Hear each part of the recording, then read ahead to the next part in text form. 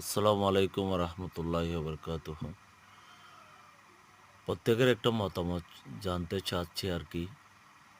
এই যে অন্তর্বর্তীকালীন সরকারের প্রধান উপদেষ্টা ডক্টর ইউনূস সাহেব, ওনার ব্যাপারে প্রথম যখন আমরা জিজ্ঞেস করতাম, শুধু সকলের মুখে একটা কথা জানতাম, বিশেষ করে নেতাদের মুখে, সে একজন সুৎখোর, সে দেশদ্রোহী, সে দেশের কল্যাণের জন্য কিছু করে নাই, সেই রাজাকার, অমুক সমুক অনেক কিছু বলেছে।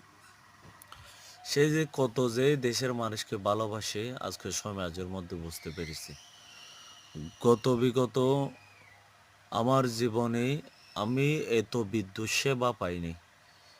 আমি ৩৫ বছর বয়সে রমজানের মধ্যে এ মাসে যে সে বিদ্যুৎ সেবা দিয়েছে আমাদের টেকনাফে, তার আগে আমি কখনো দেখি নাই। আপনাকে